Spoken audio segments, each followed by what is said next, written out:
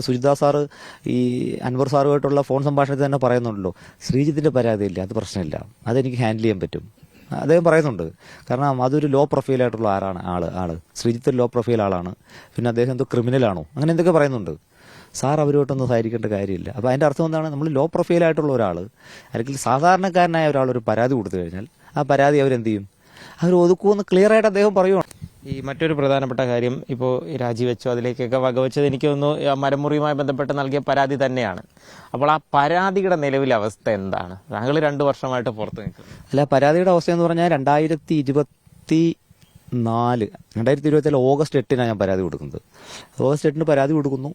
അതിനുശേഷം അതിനകത്ത് യാതൊരു നടപടിയും ഉണ്ടായില്ല. അപ്പോൾ അത് എനിക്ക് തോന്നുന്നു ഇപ്പോൾ സുജിത സാറ് ഈ അൻവർ സാറുമായിട്ടുള്ള ഫോൺ സംഭാഷണത്തിൽ തന്നെ പറയുന്നുണ്ടല്ലോ, ശ്രീജിത്തിന്റെ പരാതിയില്ല, അത് പ്രശ്നമില്ല, അതെനിക്ക് ഹാൻഡിൽ ചെയ്യാൻ പറ്റും. അദ്ദേഹം പറയുന്നുണ്ട്. കാരണം അതൊരു ലോ പ്രൊഫൈലായിട്ടുള്ള ആള് ശ്രീജിത്ത് ഒരു ലോ പ്രൊഫൈൽ ആളാണ്.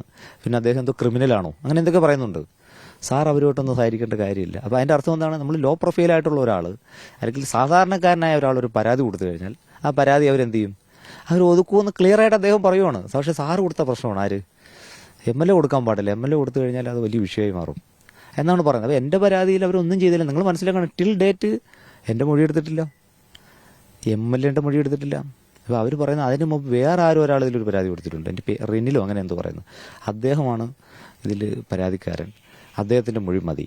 അത് മാത്രമല്ല, അവരിപ്പം കണ്ടെത്തിയത് അതിനകത്ത് തേക്ക് മുറിച്ചിട്ടുണ്ട്. അത് ബൈ മിസ്റ്റേക്കിൽ മുറിച്ചതാണ്. ഫർണിച്ചറൊന്നും ഉണ്ടാക്കിയിട്ടില്ല. സുജിദാസിന് അതിൽ പങ്കില്ല എന്നൊരു ഫൈൻഡിങ്സിൽ അന്നത്തെ ലൈസൺ ഓഫീസറോ അല്ല, അതിനകത്ത് ഈ വിവാദമായ മരം എന്ന് പറയുന്നൊരു തേക്കാണ്. തേക്കിൻ്റെ ശിഖരങ്ങൾ മുറിക്കാനുള്ള അനുമതി മേടിച്ചിട്ട് ഒരു തേക്ക് മരം തന്നെ മുറിക്കുന്നുണ്ട്. പിന്നെ മഹാഗണിയുടെ ഒരു ബ്രാഞ്ച് മുറിക്കുന്നുണ്ട്. അപ്പോൾ ഇതിൻ്റെ പ്രശ്നമെന്ന് വെച്ചാൽ ഈ ക്യാമ്പ് ഓഫീസ് എന്ന് പറയുമ്പോൾ ഒരു സ്റ്റെറൈൽ ഏരിയ ആണല്ലോ. അപ്പോൾ അവിടേക്ക് നമുക്ക് കയറി നോക്കാനോ പറ്റില്ല. പിന്നെ ഈ വിജിലൻസ് ആയാലും എല്ലാവരും എന്താ പറയുന്നത്, അത് സംവിധാനം അവരുടെ കയ്യിലാണ്. ഇപ്പോൾ എനിക്കെതിരെ നാളെ ഒരു വിജിലൻസ് കേസ് എടുക്കണമെങ്കിൽ കുഴപ്പമില്ല, ആർക്കെതിരെ എടുക്കാമല്ലോ. ഇപ്പോൾ മാത്യു കൊള്ളുനാടൻ നിയമസഭയിൽ മുഖ്യമന്ത്രിക്കെതിരെ സംസാരിച്ചു. പിറ്റേന്ന് രാവിലെ മാത്യു കൊള്ളുനാടനെ വിളിച്ചുകൊണ്ടുവന്ന വിജിലൻസാണ്. എന്താണ് ഈ ഭൂമി ഒന്ന് അളക്കണമെന്ന് പറഞ്ഞിട്ട്. ബിക്കോസ് ഈ സംവിധാനം അവരേലാണല്ലോ. അപ്പോൾ അതുകൊണ്ട് എന്ത് ചെയ്യാൻ പറ്റും? വിജിലൻസ് ആയാലും ഏതിനെ നമുക്ക് അവർ ഉപയോഗപ്പെടുത്താൻ പറ്റും. അപ്പോൾ അതുകൊണ്ട് ഈ വിജിലൻസ് അന്വേഷണത്തിനകത്ത് നമുക്കൊരു എന്തില്ല, അത് ആൾറെഡി ഞാൻ മനസ്സിലാക്കുന്നത് അവർ കൺക്ലൂഡ് ചെയ്തു എന്നാണ് ഞാൻ മനസ്സിലാക്കുന്നത്. ഇങ്ങനെ ഈ പറഞ്ഞ് ഈ ഒരു SIക്ക് ഇങ്ങനെയാണ് ഒരു അവസ്ഥയെങ്കിൽ സാധാരണക്കാരനപ്പോൾ എന്ത് വിശ്വസിച്ചിട്ടാണ് ഈ നിയമ സംവിധാനത്തെ അല്ലെങ്കിൽ പോലീസിലൊക്കെ ഒന്ന് അടുക്കുക? അല്ല, അതാ ഞാൻ പറഞ്ഞ, എന്നെ സംബന്ധിച്ചോളം ഞാനൊരു എന്താ പറയുന്നത്, ഒരു അരിച്ചന്തനാണെന്ന് ഞാൻ പറയുന്നില്ല. മാനുഷികമായ തെറ്റുകളൊക്കെ എൻ്റെ ഭാഗത്തുനിന്ന് ഉണ്ടായിട്ടൊക്കെ ഉണ്ട്. പക്ഷെ ഇവിടുത്തെ ഒരു പ്രശ്നം, ഈ ജസ്റ്റിസ് ഈക്വൽ അല്ല. ഇപ്പം ഇതിനെക്കാട്ടി വലിയ തെറ്റുകൾ ചെയ്ത കുറേ ആൾക്കാരുണ്ട് നമ്മുടെ ഈ പോലീസിലുണ്ട്, നമ്മുടെ ചുറ്റുമുണ്ട്. എത്രയോ തെറ്റുകൾ. ഇപ്പം ഞാൻ ഒരു പറഞ്ഞതുപോലെ ഇപ്പം പത്തനംതിട്ടയിൽ ഒരു പോക്സോ കേസിലൊരു വിക്ടിമ്, എനിക്ക് തോന്നുന്നു 1 മാസത്തോളമാണ് ആ പെൺകുട്ടി രക്ഷാകർത്താക്കളുമായിട്ട് പല ഓഫീസുകൾ കയറി ഇറങ്ങി. SP ഓഫീസിൽ കയറി ഇറങ്ങുന്നു, CWC കയറി ഇറങ്ങുന്നു, പോലീസ് സ്റ്റേഷനിൽ കയറി ഇറങ്ങുന്നു, DVSPയുടെ ഓഫീസിൽ കയറി ഇറങ്ങുന്നു. അപ്പോൾ CWC ചെന്നപ്പോൾ CWC ചെന്നപ്പോഴത്തേക്ക് ഈ പ്രതി അവിടെ വന്നു, എന്തിന് സെറ്റിൽ ചെയ്യാൻ. അവിടെ വെച്ചിട്ട് പിന്നെ വിക്ടിമുമായിട്ട് സംസാരിച്ച് സെറ്റിൽ ചെയ്യുന്നതിനായിട്ട് CWCയിലേക്ക് ആര് ചെല്ലുന്നു? ഈ പ്രതി അവിടെ ചെല്ലുവാണ്. അപ്പോൾ പ്രതിയായ അഭിഭാഷകനെ രക്ഷിക്കുന്നതിനായിട്ട് ആദ്യത്തെ DYSP SP എല്ലാവരും കൂടെ സഹായിച്ചു എന്ന് പറഞ്ഞിട്ട് DIGൻ്റെ റിപ്പോർട്ടുണ്ട്. അപ്പോൾ നമ്മൾ ഞാൻ എൻ്റെ കാര്യം നോക്കണ്ട, ഒരു പോക്സോ കേസിലെ അതിജീവിതയുടെ അവസ്ഥ ഇത്. ഇപ്പോൾ തിരുവനന്തപുരത്ത് ഒരു സ്ത്രീയെ മാല മോഷ്ടിച്ചു എന്നും പറഞ്ഞിട്ട് അതൊരു പട്ടികജാതി വിഭാഗത്തിൽപ്പെട്ട സ്ത്രീയാണ്. അപ്പോൾ ആ സ്ത്രീയുടെ അവസ്ഥ എന്താണ്? നമ്മുടെ അവസ്ഥയെക്കുറിച്ച് നമ്മൾ ബോധേടല്ല. പക്ഷേ ഇവിടുത്തെ പ്രശ്നം പോലീസ് മോശമാണെന്നൊന്നുമല്ല. പക്ഷേ പോലീസിനെ മോശമാക്കുന്നത് എന്താണ്?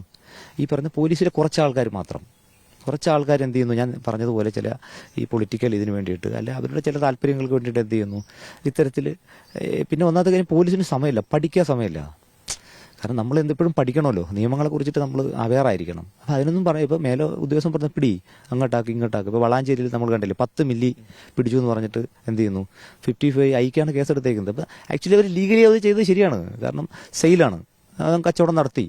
അപ്പോൾ കച്ചവടം നടത്താനായിട്ട് അവർ ഈ സീസ് ചെയ്തതാണ് രസം. അപ്പോൾ ഞാൻ മനസ്സിലാക്കുന്നത്, പണ്ടൊക്കെ നമ്മൾ ഈ കോഴിക്ക് വസന്ത വരുമ്പോഴേ നമ്മൾ ഇതിനൊക്കെ കൂടുതൽ എന്ത് ചെയ്യുന്നുണ്ട്, ഈ മദ്യം കൊടുക്കാറുണ്ട് ഇത് മാറ്റാനായിട്ട്. അപ്പോൾ നമ്മളവിടെ ഒരു പോലീസിൻ്റെ ഒരു ലോജിക്ക് ഉപയോഗിക്കാൻ അല്ലെങ്കിൽ ഒരു മൊറയിൽ ഉപയോഗിച്ചിട്ട് അതിനെ ആ സാഹചര്യത്തെ എന്ത് ചെയ്യാനായിട്ട്, ആ സാഹചര്യത്തോട് പ്രതികരിക്കാൻ പറ്റാത്തൊരവസ്ഥയുണ്ട്. അത് ഒന്നെന്ന് പറയുന്നത് ഇതാണ് ഈ മേലുദ്യോഗസ്ഥന്മാരുടെ സമ്മർദ്ദം. കാരണം ഈ കേസുകൾ കൂട്ടുക എന്നുള്ളതാണ്.